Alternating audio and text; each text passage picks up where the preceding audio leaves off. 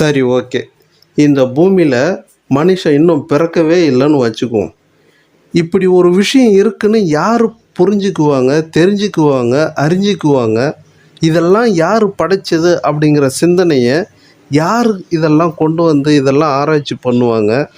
இப்படி ஒரு விஷயத்தை ரசிக்கிறதுக்கோ, அனுபவிக்கிறதுக்கோ, உணர்றதுக்கோ யார் இருப்பாங்க?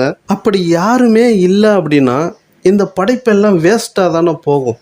இதை அனுபவித்து உணர்ந்து இதை யாரோ ஒருத்தர் படைச்சிருக்காங்க அப்படிங்கிற ஒரு விஷயத்தை கண்டுபிடிக்கிறதுக்கு யாருமே இல்லைன்னு வைங்களேன், இந்த படைப்பே வேஸ்ட் ஆகும் இல்லையா? இப்போ நம்ம ஒரு சமையல் சமைக்கிறோம், அதை சமைச்சு யாரும் சாப்பிட்லன்னா என்னத்துக்கு பிரயோஜனம்?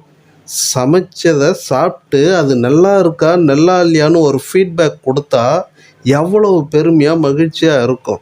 இந்த விஷயத்துக்கு தான் 6 அறிவு கொண்ட மனிதன் தேவைப்படுறான்.